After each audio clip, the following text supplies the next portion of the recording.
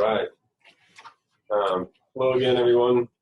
So, as I said, my name is Travis. I'm the Youth Services Specialist with Northwest Wisconsin CEP, which stands for Concentrated Employment Program. So CEP, as I'll refer to it at large, does a ton of different workforce development programs to varying age groups. Specific to youth, my position focuses on two programs mainly. The first of which is the Creeks Meadows Youth Conservation Camp, which serves youth in Northwest Wisconsin. It's an opportunity for teens from ages 14 to 18 to attend a 2-week residential summer camp, and they gain initial job skills and resume building opportunities along the way.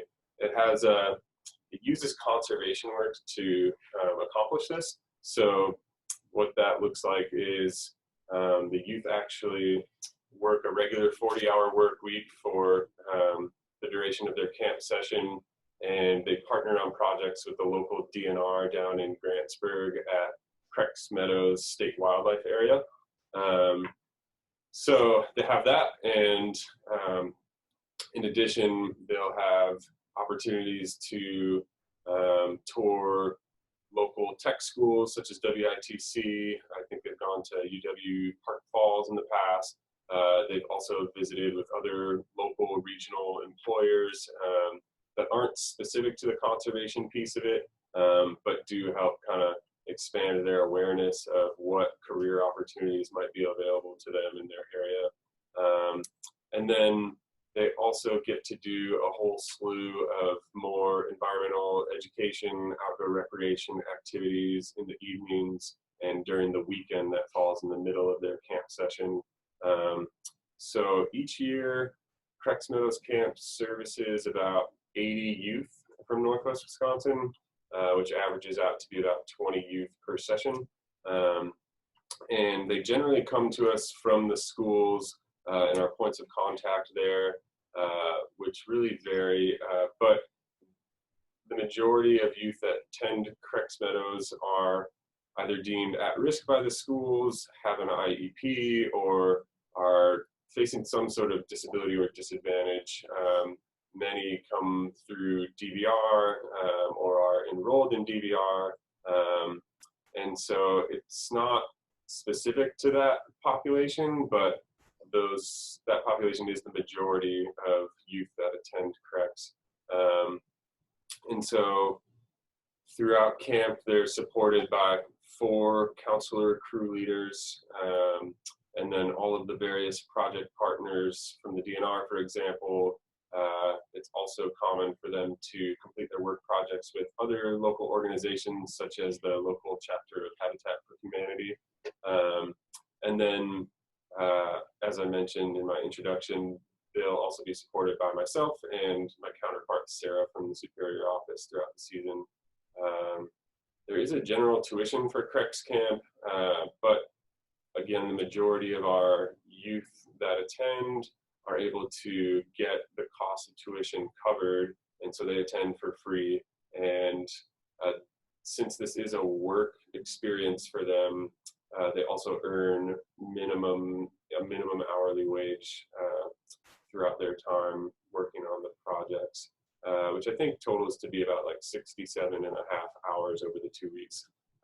So they get a paycheck out of it, which is awesome. So that's kind of one major piece of my position. And the other is called Youth Apprenticeship, which is basically the youth version of the registered apprenticeship that the state administers for any and all of the trades or popular industries such as manufacturing or like a vocational specific apprenticeship program.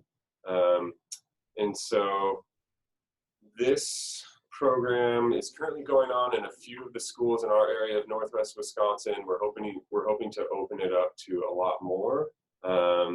And basically, the youth that participate earn a certificate at the end of it that does look great, and is like there's a specific option for them to enter if they've earned that on a UW school school application, for example. It also, depending on the field that they have chosen and what they're looking to go into, can offset the time that they might spend in their regular registered apprenticeship as an adult. If they're looking to go to become an electrician or something, they can count their hours and their experience towards that and just offset the total time that they might have to spend in that program, for example. Let me see. I guess it's also just a general way for them to try out a career path or an area that they're thinking about going into or just are curious about, and do so in a more formal way.